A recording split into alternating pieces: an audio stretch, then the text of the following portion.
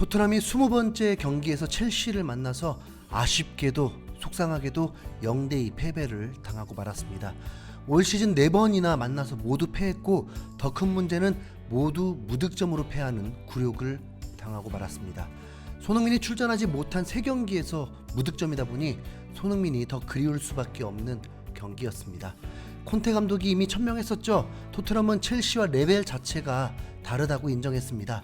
그럼에도 이긴다면 그냥 토트넘이 레벨이 높은 게 아니라 그 경기 참 잘했다로 평가되었을 것입니다. 축구 경기라는 거 꼭 강팀이 약팀을 무조건 이기는 건 아니라는 거 아시죠? 4위 라이벌 아스날은 리그 최하위 번리를 상대로 홈에서 한 골도 넣지 못하고 0대0 무승부를 기록했습니다. 토트넘이 첼시에게 패배할 수 있다는 건 충분히 예상은 가능했습니다.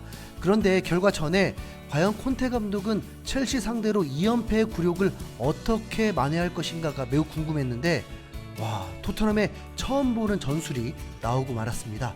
축구 팬들은 포백 얘기하는데 처음부터 6백으로 봐줬습니다. 왜냐하면 보통 4-4-2에서 중원 좌우 측면은 공격수잖아요. 이럴 때 손흥민, 모우라, 베르바인, 로셀소, 알리, 힐 그 자리에 있어도 충분히 이해할 수 있습니다. 그런데 좌세세뇽, 우도어팅?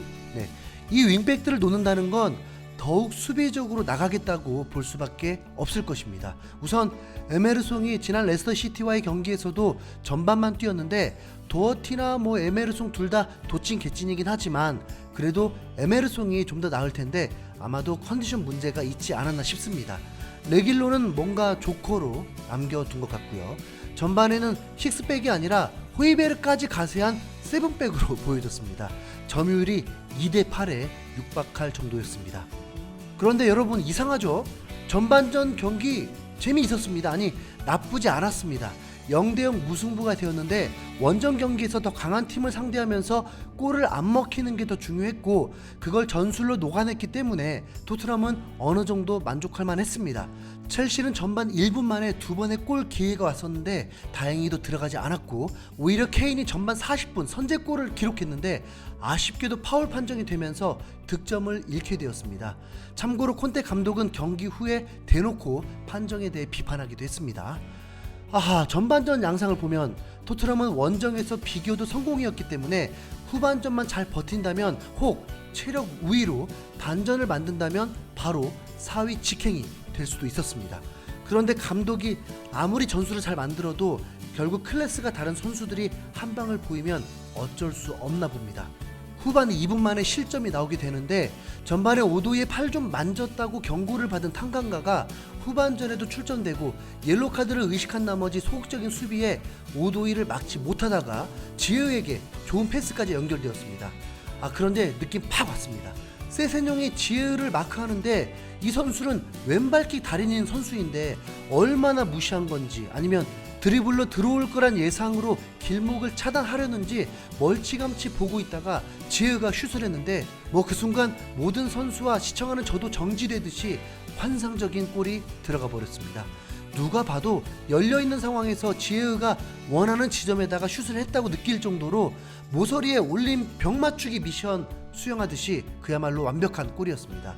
후반 2분 만에 골문이 열리게 되자 토트넘은 불안할 수밖에 없었습니다. 이제 토트넘도 골을 넣어야 하죠. 콘테 감독은 고민하는 모습도 포착이 되고 타이밍을 보고 있었고 교체를 하려는 시점에 이런 또 실점을 하게 됩니다. 이번엔 첼시의 장기이자 부러운 세트피스 득점마저 나오고 맙니다. 이런 골 누구를 탓할 수도 없죠. 그냥 헐리우드 배우 티아고 실바가 잘 넣었습니다. 토트넘에겐 레스터시티전 같은 기적만 발휘하는 상황. 그 기적은 일어나지 않았고 깔끔하게 무득점 0대2 패배를 당하고 말았습니다. 콘테 감독은 패배 후 인터뷰에서 내 느낌은 지난 경기와 동일하다. 이 순간 나는 토트넘과 첼시의 격차가 매우 크다는 걸 분명하게 느꼈다. 10일 동안 3연패를 당하면 상대가 우리보다 훨씬 좋은 팀이라는 걸 의미한다. 우리 선수들이 좋은 노력을 했기 때문에 선수들은 자랑스럽다 이렇게 전했습니다. 선수 이적 문제는 지금은 말할 올바른 타이밍이 아니다. 구단은 내 생각을 정확히 알고 있다. 한 번의 이적 시장으로 격차는 좁힐 수는 없다.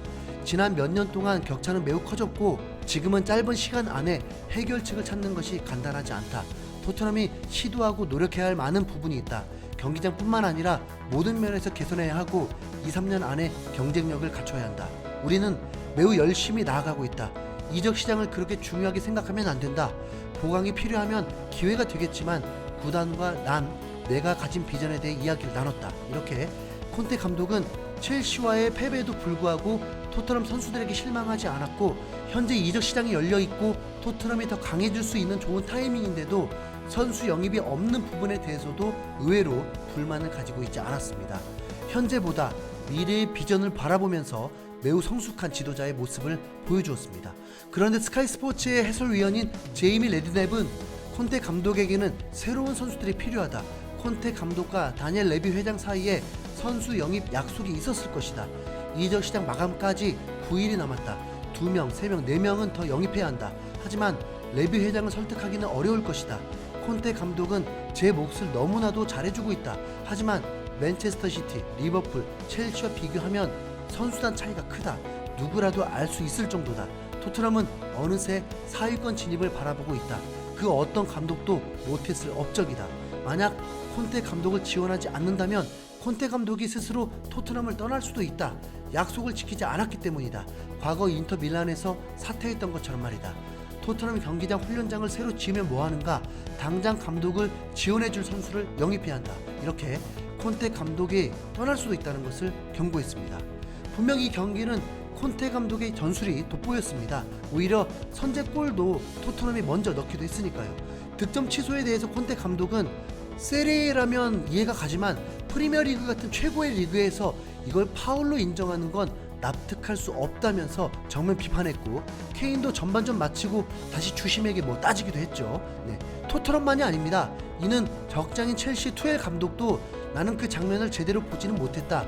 하지만 실시간으로 봤을 때 골인 줄 알았고 득점이 취소됐을 때는 나도 놀랐다고 했으며, 스카이 스포츠 해설자 게리 네빌 역시 득점 취소 장면을 두고 운이 좋았다고 평했습니다. 토트넘은 최선을 다했고 수비를 강화했을 땐 공격에 취약해질 수밖에 없는 스쿼드임을 보여주었습니다. 어쩌면 손흥민이 출전했어도 어려울 정도가 되죠. 볼을 제대로 공급하면서 패스만으로도 위협을 주는 플레이 자체가 토트넘에겐 없었으니까요. 토트넘 포지션에서 세세뇽 도어티의 자리만 첼시와 비교해도 1000억에 가까운 몸값의 마운트와 600억의 코바치치인데 혈압 오를 정도의 차이입니다. 이제 프리미어리그는 2주간 쉬게 되고 손흥민도 국가대표 합류도 안 하기 때문에 확실히 회복이 된 상태로 토트넘은 이제 완전체가 만들어지게 됩니다. 10일도 남지 않은 이적 시장에서 어떤 선수가 합류하게 될지 모르겠지만 너무 기대하지 말자고요. 후반기에는 손흥민, 케인, 모우라의 업그레이드된 대활약에 힘입어 꼭 4위 안에 들 수 있기를 바라봅니다. 전반기 수고 많았습니다. 시청해주신 여러분 감사합니다.